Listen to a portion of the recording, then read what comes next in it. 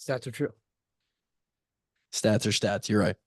Welcome into the Washed Up Walk-Ons podcast. Slowly becoming just the Washed Up Walk-On. Pod is dying. We're dying, Grant. I don't think so. It's going to become the Washed Up Walk-On and the Intern. Walk-On and Intern podcast. Well, I hope at that point it's former intern, current, different title. Oh yeah. So that's if it came to that, which I don't think it will, but if it did come to that, I would hope to be. I kind of hope it does. I kind of hope it does. Intern. We think we can get Kevin and Drake to could buy them out of their portion of the company, give that to you, and then and I. Then I'd finally have somebody who could go full time with me. We could go all in and just do this. Yeah. Thing. I guess also at some point though, then it's not the same show anymore. Then it's just something completely different. It certainly would be a different show. Yeah. It'd be I've been thinking for a long time, and we might even do this anyway, eventually, but a good rebrand is always helpful for companies. Sometimes it's like a new logo. Well, we kind of did a new logo last year with the words, not just the WUW with the football arrow in the middle. Innovation. But shifting it from the Washed Up Walk-Ons, which would still maybe be the title of like the company. It's the title of the LLC. Maybe what we'd put our name on things as, but turn the podcast into just the Walk-On podcast. And that's just the same format. Same all thing. That changes just the name. Okay. Just the name. It kind of professionalizes. Yeah. It makes the name a little bit more succinct, a little bit more poppy. But then are you gonna get sued by Walk-Ons, the restaurant? I don't think so, unless they have a podcast called the Walk-On Podcast. I actually reached out to that guy. Do you know the story behind that? No. So the Walk-Ons, what's it called? Like something bistro. Let me pull that. Bistro's a stretch, isn't it? Like to my understanding, it was TGI Fridays, but football themed.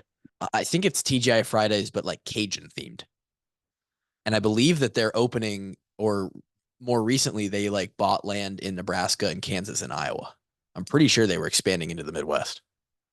Oh, it is a bistro. My apologies. But it's bistro with, instead of like an O at the end, it's LSU style. It's EAUX. Yep. So that chain was started by an LSU basketball walk-on. Checks out. Just, your token white dude, not sure he played at all, but has been very successful in the bistro business. Hey, you know what? It's sometimes hoops isn't for everyone. Sometimes you got to go bistro. The hoops to bistro pipeline is a common one, I guess, down there in the South. So obviously we started this brand, it became a thing. And then like a couple years in, I started to like see advertisements. I think they had a bowl game. I think they sponsored a bowl game. Really? Yeah. I'm pretty sure the Walk-Ons bowl game was a thing. And I feel like I remember that now. Yeah. And this was like, and they may have even had like a Super Bowl ad or something crazy, like something very national and popular a few years ago. And people kept like saying like, hey, you need to get these guys as a sponsor. And so I DM the guy on Twitter, and he's he doesn't have like some millions of followers. I think he has like maybe 7,000 or 9,000 followers. So it's not like his DMs are flooded, right? And I'm like, hey, I think there's potential here to have like a pretty cool sponsorship opportunity. The problem is that it would make zero sense for them to sponsor us, because 90% of the people who listen to this podcast don't live within 500 miles of a Walk-On's bistro. Oh, it's only in the South. You could pull up the map, I'm sure, of their locations. They're not close to Iowa. Oh, shoot. By the way, it was the Independence Bowl in 2019 they sponsored. In case anyone's still curious. Kevin, welcome to the show. Hey, what's up, guys? How you doing? I'm doing just fine. Sorry I'm late. No, you're good. Do Where we are have we calling in from? Yeah, do we have turn signal Kev? Do we have business dinner Kev? What do we have tonight? We have walking down the street, Kev. I am out west, out of the state right now. Oh, interesting. Out west? Mysterious. Yes, I like it. Any thoughts on the poll that we ran on our Twitter, Kevin? That I can pull it up here.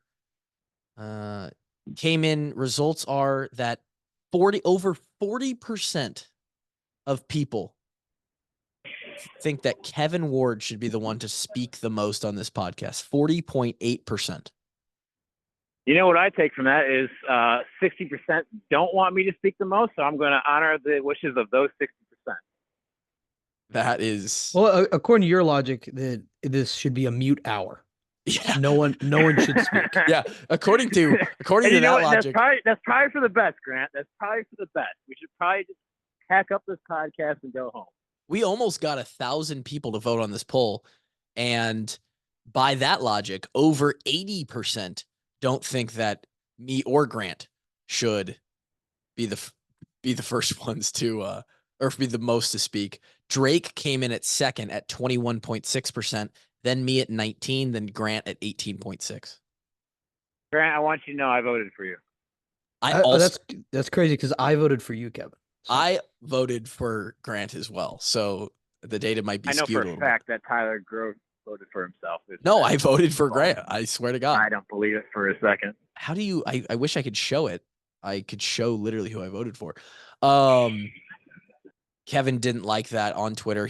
Someone was like, "Yes, this is what we need," and Kevin responded with like "No, like this is not like I'm good." Some kind of meme, like shaking their head or something. Anyway, happy Valentine's Day, Kevin. Oh, thanks, man. Am I your Valentine? Yeah, I'd say so. I'm wearing pink for the show today. Did you, by chance, see the repost from last year, the little Valentine's card that I posted to our Twitter and Instagram? Oh, yeah, that's always a classic. That's was last year the first time we ran that one? I think it was last year, and I'm going to make it an annual thing. Although the design of the card might upgrade in future years. I think that the Kulik My Nuts is a great little. It's punchy to the point. I think if you give that to I think we need an updated Drake on there. He don't look like that no more. You're right. I think a 2024 version of Drake with the long hair, the facial hair would be a little more fitting, I think, don't you? Yeah, I think it's right to the point. I think, anybody you give that Valentine's card to, they're going to understand what you're looking for, and romantic, honestly, in my view, but who knows? Not too many topics here tonight. The poll was one of them. Shout out to everybody tuning in. Got us through a whole 3 minutes. Yeah, it got us through 3 minutes. Super Bowl recap and John Budmayr being hired as a wide receiver coach. Those are our two big topics today. So I'll probably direct you guys to whatever moment this minute mark is in the podcast if you want to hear the real stuff. Grant, Kevin, either one of you can go. Super Bowl thoughts. The Chiefs are back-to-back champions. Is it rigged by the government? Is this is it scripted? What do we think? Are they just great? I mean, it's the whole Taylor Swift narrative. Yeah, it's probably rigged at some point. Yeah, it's rigged. Yeah, it definitely is rigged. Feels a little bit with Travis being sponsored by Pfizer. Feels a little bit. I don't know. Can I share a stat? If the NFL really wants to sell a storyline, they should have Taylor Swift date some new football player next year on a different team. That would be. And then the Chiefs will play that team in the Super Bowl next year. Ooh. Wow. Wow. The NFL should hire you right now. Yeah. Wait a second. Yeah. Is that where you are, Kevin? Are you writing the script for 2024, 2025? I'm not going to confirm nor deny that fact. Okay. But, wow. That's breaking news. Can I share a stat, though? Yeah, absolutely. In the past 3 Super Bowls the Chiefs have been in, there have been 0 holding calls on the Chiefs. Ooh, and there's a lot of evidence on the and video. there's, I'm just, look, draw your own conclusions. There's some videos out there that it looks a little bit like holding, There's some implications. I'm just going to say it, right? I saw the one on Bosa. It's not good. That was bad. Oh, I think we have elevator Kevin right now. I'm so lost as to what's happening. Which is probably why he's not responding. It's okay. 0 holding calls in 3. Dude, you know how hard it is to go 3 games without a holding penalty in general? And it's the soupy.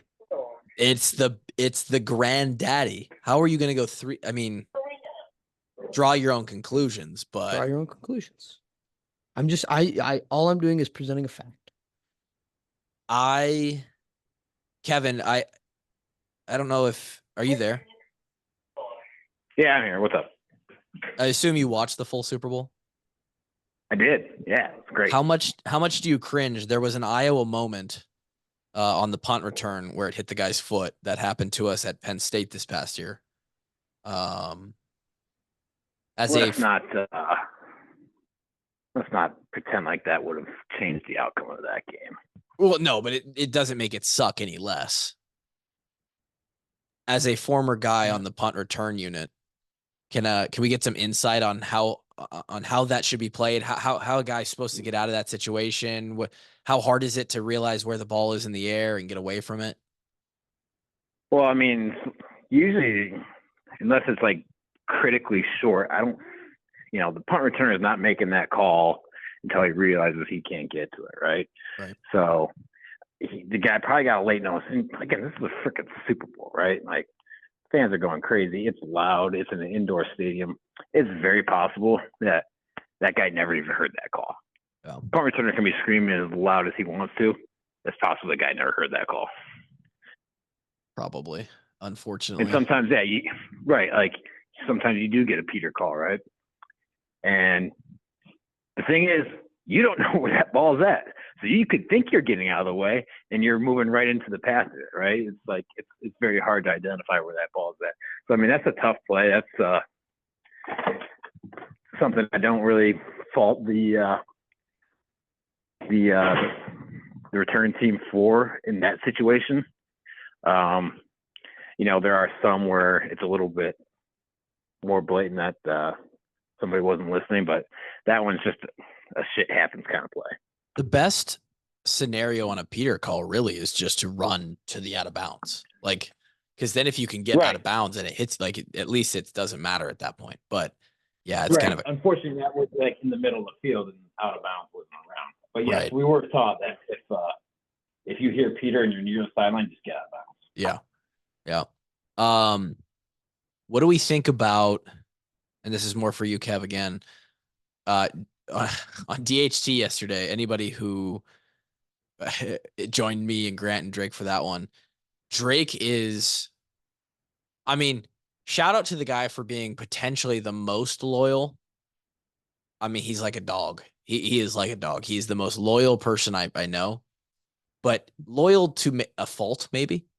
He blames entirely the loss for the 49ers on Kyle Shanahan, and more specifically, not getting George Kittle the football. I mean, they went to overtime, so I wouldn't exactly say that the lack of George Kittle catches was the reason they lost. Would like to see George Kittle involved in the game plan a little more? Certainly. I mean, he's an all-pro tight end in the NFL. Like, you have all these weapons, you should probably be using them. But is that the sole reason why they lost? I would say that would be no. But yeah, I tried to bring up like the fact that like the other team also has some part in taking him away. Like, who knows? Maybe that was one of their main focuses. Like, we're not going to let Kittle bully us on offense, by doing what he does. I don't know. And also Brock Purdy has to throw him the ball to get him for him to get catches. So I'm sure there's a few plays, maybe more than a few plays, where you could go back to that Super Bowl if you're watching the All 22 film and say, oh, well, Brock could have thrown it to Kittle on this one. He just decided to go to Ayuk or somebody else. I don't know. Drake.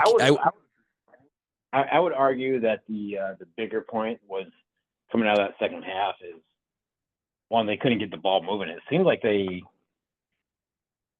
didn't lean on the run game as much as they should have coming into the third quarter. I would say that was kind of, my hindsight 2020 deal is probably could have come out of the half running ball a little bit more and not let KC get back in the game as quickly as they did. Yeah. Patrick Mahomes happens to be very good at football too, by the way. Like a little bit. Yeah. I know that's a sore subject for you, Grant, because it's a interdivisional thing, which, by the way, Broncos hired Jim Leonard. I saw. Very good news to me. Did you hear about that, Kev? He's a great coach. No, but he's the DC or what? I believe DB's coach. Yeah. Yeah, that's a good hire. I mean, the guy knows how to coach football. Seems like a pretty decent defensive mind. So you'd think that he would know what he's doing. So Riley Moss now going to be under the tutelage of Jim Leonard, which is fun to see. Yeah. No, I think it's a great hire for the Broncos. Broncos Super Bowl 2025. I told you, maximum value right now. Go put your futures in. All right, just a little heads up. What are our odds for 2025 Super Bowl right now? I think it's 151-1, something like that. For the Broncos, really? Oh, it's we don't know who our quarterback is right now as well. Like, it's going to change. Bro, there's 32 teams in the league. You're 151-1. Well, wait till you see the Panthers odds, because it's much worse. Is that 1,000-1? Well, I think it's not like the Broncos were a 500 ball club last year. It's not like we're taking the 1-16 team with he's going to have like a first overall draft pick. I mean, yeah, I think, like I said, I think there's a lot up in the air kind of with the Broncos right now. But I'm not. Well, it's also too, like, realistically, when you went into this season, how many teams did you think were going to win the Super Bowl? Maybe 6, like 4, 5. Yeah. You're right, but like it is like, it's the NFL. Everyone's really good, but it's also like, I didn't think the Cardinals were going to win the Super Bowl this year. Like, I think the best part about the NFL is the gap from the best team to the worst team, especially in the regular season, is like pretty thin. Oh yeah. Comparatively to a lot of other sports, definitely college football, right? Like, for sure. Well, yeah, I mean, you have the best team in the NFL playing the worst team in the NFL. The spread's usually within 2 touchdowns. Yeah, it's rarely outside of like 12 or 13 points, which is really fun, because then you get games where, a bad team could beat a generally good team, and nobody really freaks out too much, because they're just like, well, yeah, you've got the top 1,500 NFL football players, like best in the world. Like, there's going to be a day where one team that's not so great has their day and their guys just go off because they're also elite athletes. But like, compare that to like when Alabama plays like Chattanooga, and it's like, okay, there's just nothing that could possibly happen today. Like, they would have to run their bus off of the side of the road for Alabama to not win by 3 touchdowns here. Like, you got to put some respect on Chattanooga. I don't think I do. What did they do last year? Something. That's for sure. They definitely played at least 12 football games. We know that. They participated. We know that. Kev, maybe a topic that's closer to your heart. I saw Ike actually tweet about this. He's not very active on the X platform, but he responded to somebody.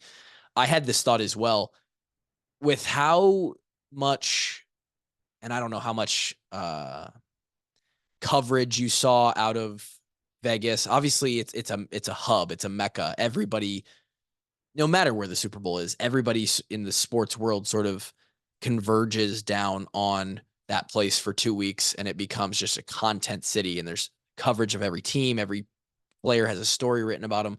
But Vegas, for the first time, it almost seems like the Super Bowl should just be in Vegas every year.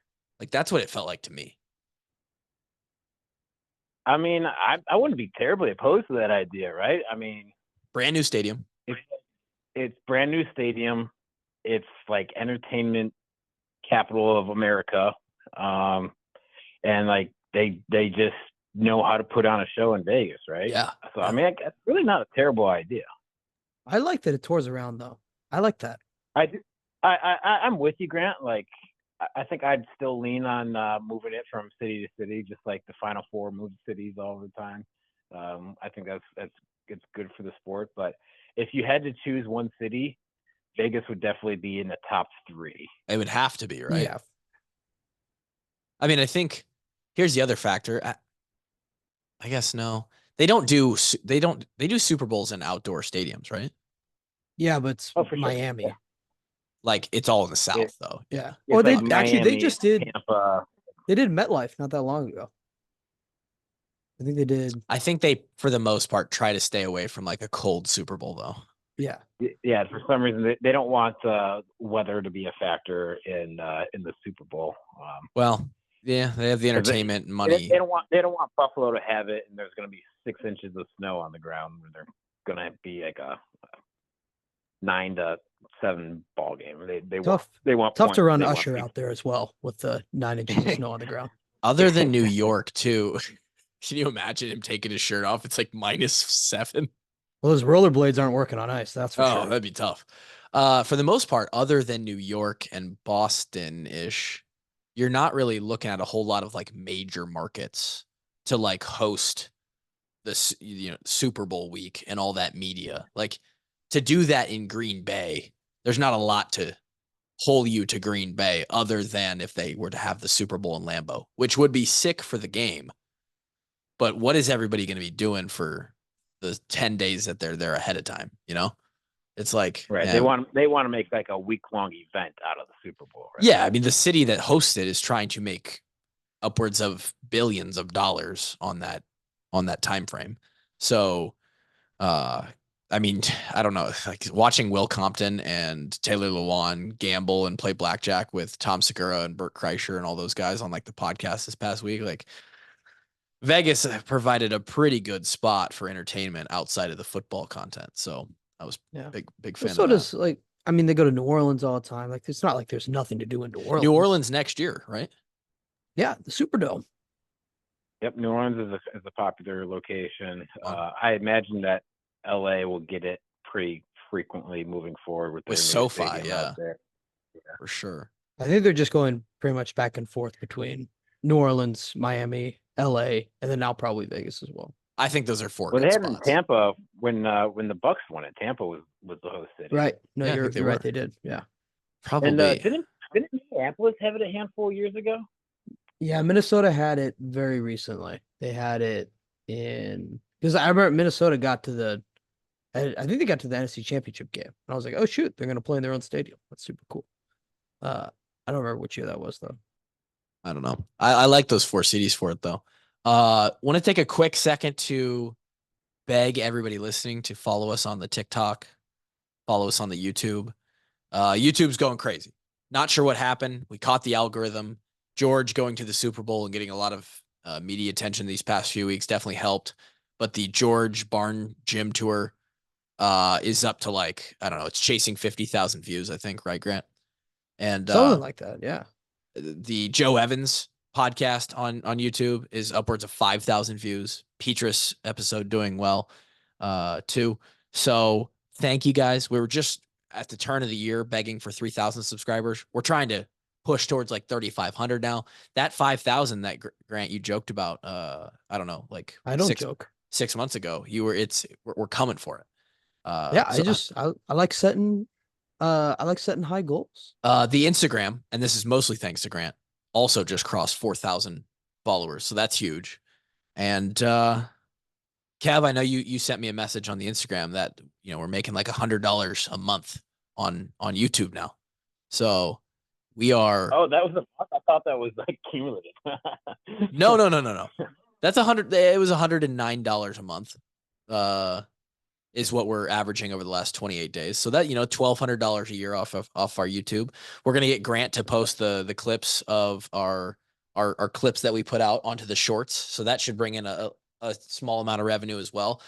So we're just slowly climbing to the point where you can retire from striker and we could just podcast full time, build the studio out, do the whole thing.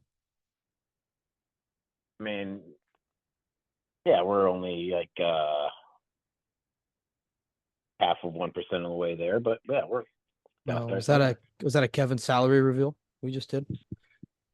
No, I don't think so. I think okay. I think he also knows. Let me do the math. Not just kidding. Kevin's like, carry the one. I mean, if we make 150,000 times more than what we made that month, and yeah, we're good. Let's get those comments going, drive the algorithm. Guess how much Kevin makes down below. If someone guesses the exact number on my W-2, I'll post it. Okay, maybe don't guess that. Okay. Post below exactly what you think Kevin's salary is. Yeah, has to be to the dollar. How many to the cent? To the cent. All right. Yeah, because who knows? Maybe you made some change on the dollar. Who knows? Right. I will say this: there was one guy who, Grant, your suggestion was comment below on the last video. What should Kluver have to do if we hit 5,000 subscribers? Yes. There was only one person who really put out legitimate challenge, and it was a 5,000 calorie challenge. And his suggestions for the calories were either 5,000 calories of Jack's pizza, $5,000 of crumble, or $5,000, 5,000 calories of crumble, or 5,000 calories of Jenny's ice cream. You see, here's my thing is that there's two problems. One, I think you're going to like that too much. I don't hate it. And then two is that I think it's going to be hard to like, are we just going to film a 4-hour video of you just eating? Oh, yeah, I'd get on here and I'd live stream it. Oh, you would just live stream it? Okay. Yeah, I'd live stream it to the YouTube channel. I don't know if you want to like, now it turns into like ASMR if you just drinking ice cream. It's kind of gross, but yeah, just I don't know. Slurping. We're going to lose subscribers. So that's the case. The pizza would be really hard. I think a Jack's pizza is somewhere around like 1,500 calories. So I would have to eat over 3 full Jack's pizzas. That would hurt. However, 5 pints of Jenny's ice cream and actually like 4 pints, maybe 4.5 pints of some of the flavors of Jenny's ice cream. I don't think I would struggle with that even a little bit. And and that might sound aggressive to some of the listeners, but I've talked about my ability to eat ice cream before.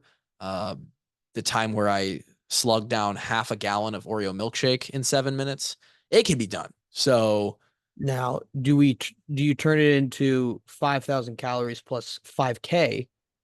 You have to go run afterwards. I got to run 3 miles afterwards. That would hurt. That would hurt really bad. Oh God. I mean, we could do it. It's going to be harder to live stream the running part, but I guess we could flip to, I don't know. I could have you come out to Des Moines, Grant, and you could like drive the car next to me as I ran the 3 miles. And then I crash because I'm not looking out the window instead of in front of me. Yeah. You run me over as we try to make a turn. Yeah. So 5K calories. That's one idea. Maybe some other ideas. Maybe we can bounce some around. We can brainstorm. We can pros and cons some things. I don't know. I thought you were just gonna do like t-shirt giveaway or something. But that's what I had in mind.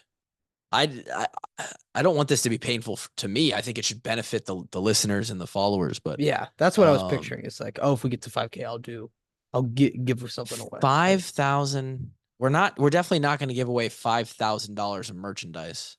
Can we give away? Gosh, I could think of something. You got an idea, Kev? No, this is not my area of expertise. The marketing and social media management, not Kevin's spot. All right. Well, we'll keep workshopping that. Super Bowl, Chiefs win again. I will say, I think I'm sort of in the bandwagon or the boat of the Chiefs they're just a little bit.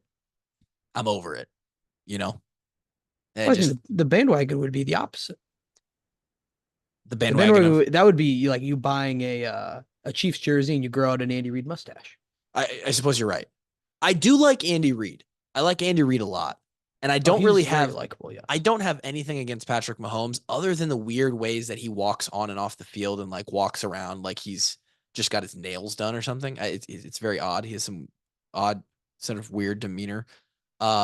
Kelsey, I both love and hate, which is sort of a lot of polarizing figures in sports are like that. He's very much so has like the D-bag gene in him, but he's also like, I mean, we were down with him at tight end U. Like he's a bro. He's one of the dude. He's a guy. But the Chiefs in general, like I don't know. So something about people start winning too much and you're like, yeah, I'm over it. I don't like it. That, I 100% agree. And my thing always is, if Patrick Mahomes became the Broncos quarterback tomorrow, I would be the biggest Patrick Mahomes fan of all time. You would have a Mahomes jersey on Saturday. Yes. I'd have to delete a lot of podcasts, but I would be the biggest Mahomes fan of all time. It's just the team that I really don't like. I have no issue with them as people. Like I don't think Mahomes or Kelsey are bad people at all. Yeah. But no, they unfortunately play for a team I dislike very much. Yeah. And that's I feel like the case, unfortunately, with everything is that I don't know why, but I just wake up and anyone that's having like remotely like a ton of success, I just wake up and I dislike them. Like, that was my thing with Coach K forever. Like, did he do anything to me? No, I just decided one day. I woke up when I was like 11. I was like, I don't like this guy. I don't think you're alone in that, but I don't know that I don't understand. I guess I do understand maybe the biological inclination towards that. It's like, oh, so somebody's figured this out. Somebody's doing better than everybody else.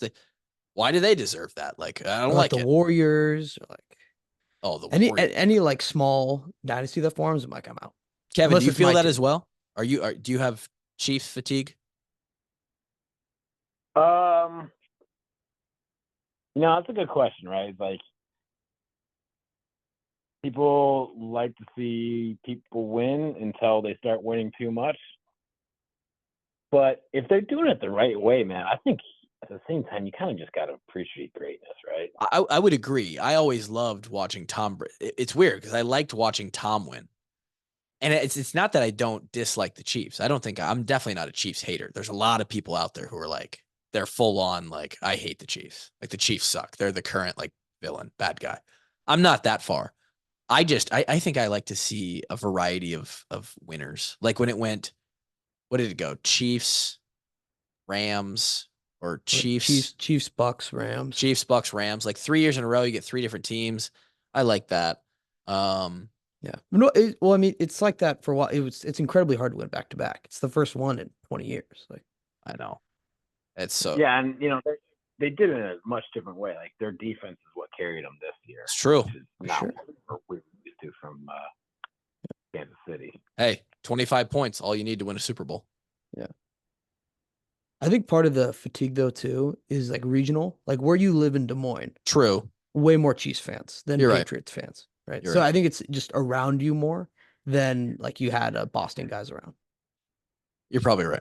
It's a little bit of a regional sort of location thing. Let's shift gears here.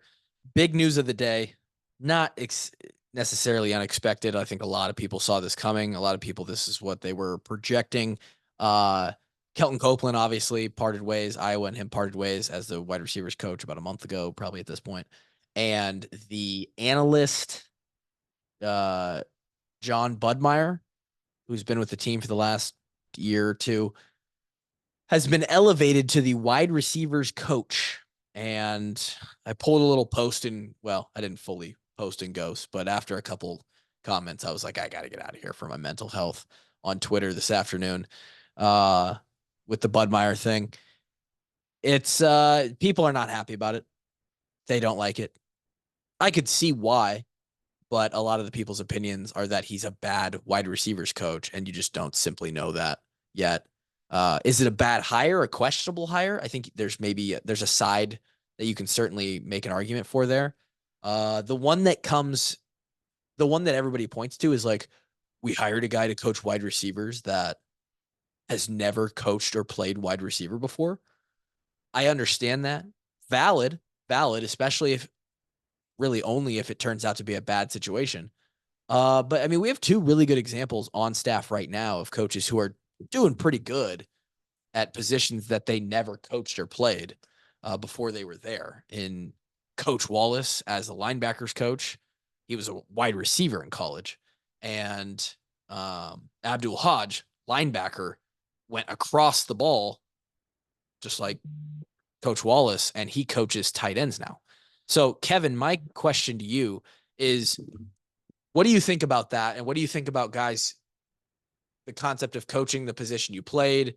Do you need that at the Big Ten level? Is it good enough to just elevate a guy on your staff, or should we have gotten somebody better here? What do you think? I would echo your kind of opinion on, like, you don't need to play the position that you coach. Like, Coach Wallace is a world-class linebackers coach. Yep. Like, he is a highly sought-after linebacker coach in DC.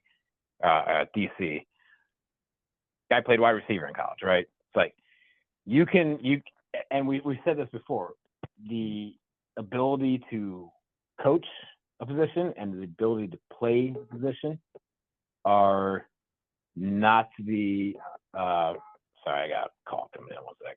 You're good. I'll take over. Kevin's making my point here, but Grant, what do you think from the outside, from the fan perspective of this thing? I think I agree that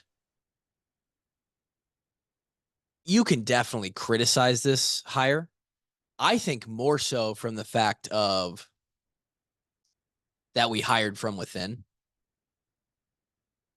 is more criticizable in my mind than the fact that I just don't buy into the whole, like, he's never played or coached the position before. And Sorry about that. No, you're good. I'm biased because I played for two coaches who coached special teams and dealt with the specialists who didn't know anything. Coach Woods, he knows a lot more now, but Coach Woods, when he stepped into the special teams coach our senior year, there were so many times where he was just openly like, hey, you're the guy who knows, you know more about snapping than I do. Coach Woods dabbled in snapping as like a backup thing to his linebacker career in the NFL, but he didn't know anything about kicking. He didn't know anything about punting. He was just like, you guys know the fundamentals. You guys, I'll help you get somebody to help us figure this out.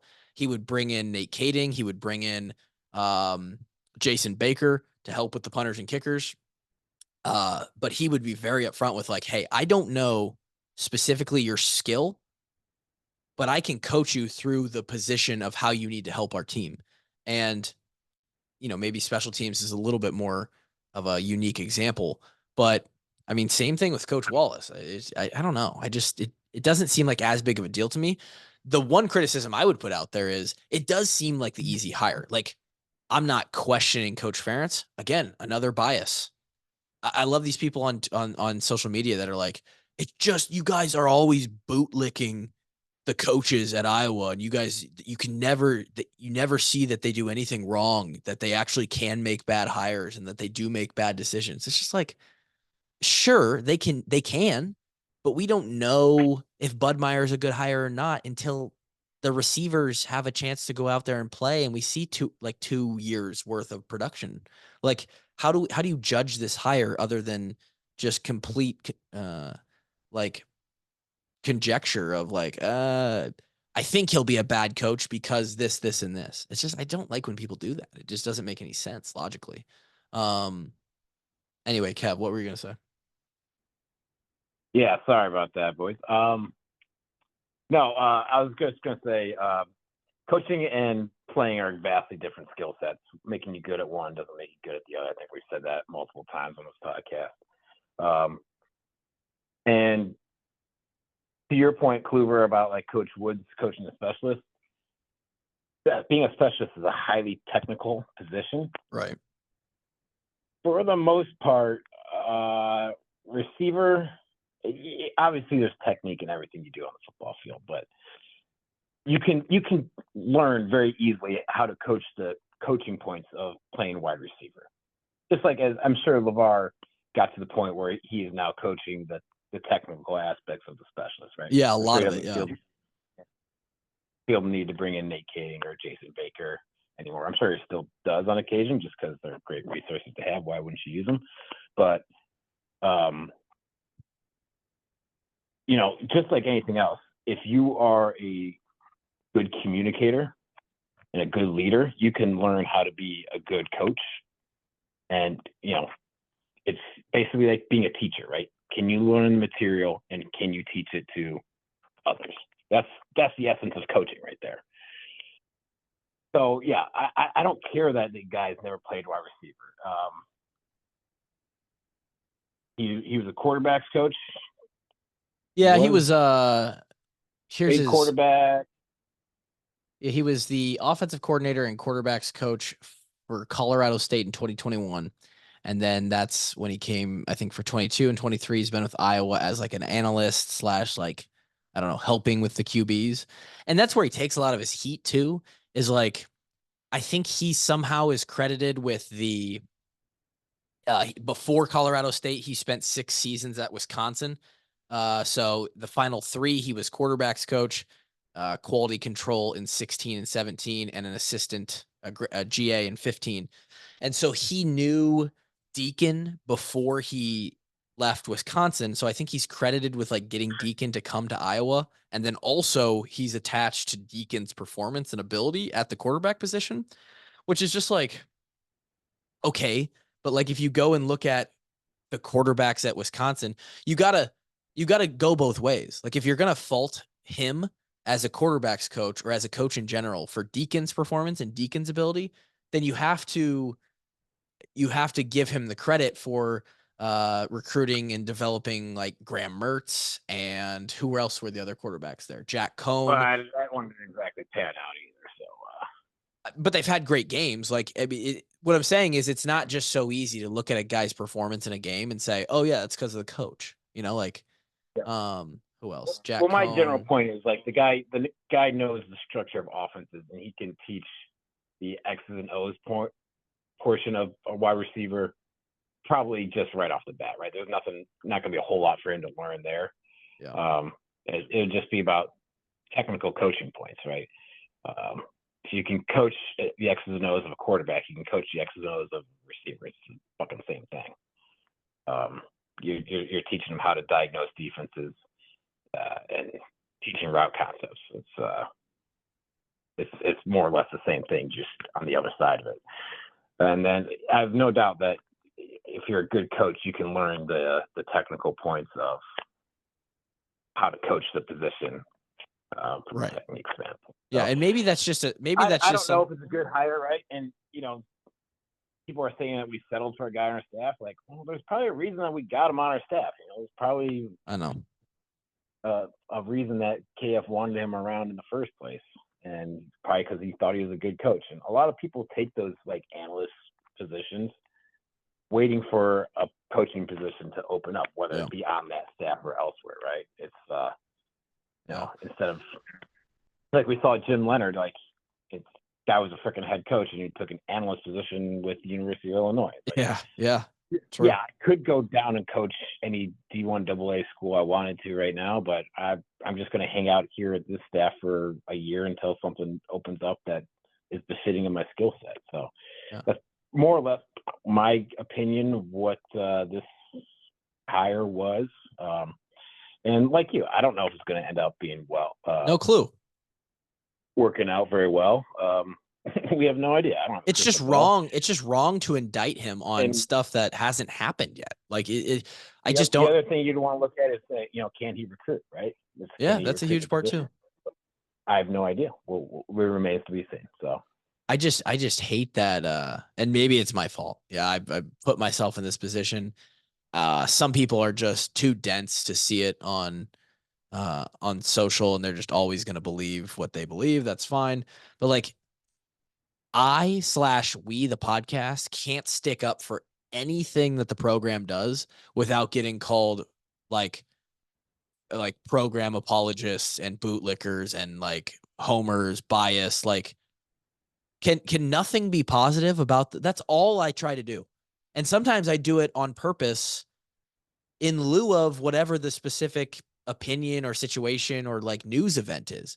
I just put positive stuff out there to be against all of the negative crap that comes out, because every single time something happens like this, it's just people are just ready to jump off the cliff into the negativity cesspool. It's like, can not one person just be like, well, I don't know, maybe he will be a good coach? Like, I don't, a lot of the people are just circulating and churning the stuff that they've heard people on podcasts say, or they've heard other people on Twitter say. They're just like, I heard that we shouldn't be happy about this, so I'm not happy that Budmayr's are. Like, it's just like, create your own opinions. Like, don't, I don't know. That shit gets on my nerves. Wild. Can I ask a question? Yeah. Who makes this decision? Did Kirk pick this upgrade, or does like Lester have a say in it at all? Like, do you know? It's a good question. I would have to imagine that Lester is at least confronted about it. Like, it's his offense. At the end of the day, Kirk decides who's on his staff. Yeah. With the one exception of when his son was on his staff because of conflict of interest that had to be reported to the AD. But to my knowledge, Kirk has 100% autonomy of who's on his staff, and he has the final say. So I'm sure that he had those conversations with Lester along the hiring process. It's like, I'm sure Lester wasn't just told this guy's going to be your wide receivers coach, but right. I'm sure there was Yeah. some discussion there. It would be interesting to know the process. I mean, I think people just see it, and in the end, people just see it and they go, oh, we took some guy who's on our staff who's not some sexy hire from outside the program. We can go and hire. Like, you guys got to think, like, we're only working with so much too. Like, the Iowa wide receiver position, we've dug ourselves a hole, not just in the last few years, but like over the last 20 years. It's just not a spot that's like a very sought after coaching job. So, it's not like we were going to have the bar is low, baby. Yeah, it's not like we're going to have the best wide receiver coaching candidates in the country lining up for that job. It's just not going to happen. So you got to build it from somewhere. And in the end, call me a homer. You would be too if you've seen what I've seen and had the relationship with the coaches that we've had. Like, until something goes horribly bad, I just trust KF. I just trust them. They know what they're doing. And then, like, if something like Brian happens and it goes 2-3 years and it's like, this isn't working out, then I'm totally fine. Even though some people will deny that I've said this a million times. Like, yeah, we got to move on from Brian. But, like, let's let the decisions play out. We'll leave it with this. Caitlin Clark will break the record on the day that this podcast comes out. She's 8 points shy. I don't think she's ever scored less than, I don't know if she's ever scored less than 10 points in a game. I think maybe like once in her career at Iowa, she's had less than 10 points. Maybe not. That's pretty cool. Kev, did you see what the ticket prices were? In the thousands of dollars, aren't they? I think minimum, like, sit at the very top next to the Carver Cone stand is like $500, and a courtside seat is 10 Jeezys. Unreal. I mean, it's witnessing history, right? You can't. That's the only way to experience it. And if you had 2, 3, 4 of those courtside tickets, Kev, would you sell them and then just buy one of the $500 tickets at the top of the stadium? You still are in the building, you still witness it, but you get to make quite literally a poverty salary off of selling a couple tickets. You tell me, do I sell, how many courtside tickets do I get? You have 4 courtside tickets. What do you do with them? Yeah, absolutely. Sell them. Yeah, I would make. No. Yeah, I would sell them in a heart. Grant, that's $35,000. But why do you have courtside tickets in the first place if you're not going to be there for the big moments? Like, I'm assuming if you have because seats this in the is first such place, an you anomaly. probably like watching the game. This is such an anomaly that I think you have to sell them, man. I think you have to. No. This is also coming from a young person who doesn't have enough, $35,000 is not life-changing for me, but it would be pretty freaking significant, I mean, Jack Nicholson wasn't selling his tickets when LeBron broke it. Jack Nicholson has how much money, Grant? I know, but it's we're in this situation. Kevin's good for 4 courtside tickets in the season. Yeah, I guess you're right. I mean, you might be. I don't know. Guess below. Yeah, again, drop that salary prediction. What it will say. Well, I think I just gave you a hint, right? It's like 40 grand still means something to me. Yeah, I mean, I don't know. It's crazy. Yes, I absolutely sell those tickets for 40 grand. I would too. Grant's watching the game courtside, and I don't blame you, but for me personally, think of all that leg room you got with 3 open seats next to you, dude. You know how much leg room I could have on the couch to watch a layup go in to break the record? I don't know. You got 3 open seats. Sounds like you can bring a couch if you wanted. I mean, this is also assuming you could buy the $500 ticket right next to the carver cone, which honestly might be an added benefit. Yeah, low key. You just reach back, grab yourself a cone. Yeah. All right. Well, that's about it for us tonight. Appreciate you hopping on, Kev, late. Keep doing your thing over there, writing that 2024, 2025 NFL script. I think you've got some great ideas, and I think comment below what do you want me to throw in here? Any little pineapples for the fans? What needs to be in the NFL script, and what is Kevin's salary from 2023 that's going to show up on his taxes here in a month? Sean Payton, Coach of the Year, Broncos, Super Bowl. You really want that? Just to throw something out there. We already hashed out all the main themes. It's just I want what little wrinkles we want. Side storylines at this point. Josie Jewell, MVP, elected president, can't finish season. He's elected in November. I don't believe he's old enough to qualify. He's not. I forgot about that. How nice is that, given the age of our fucking presidents that we have running? Yeah, that's a whole other situation. Maybe we can get Josie on this offseason and ask him if he ever wants to run for office. I think I know the answer. Anyway, thank you guys for joining us. Not even sure what episode this is.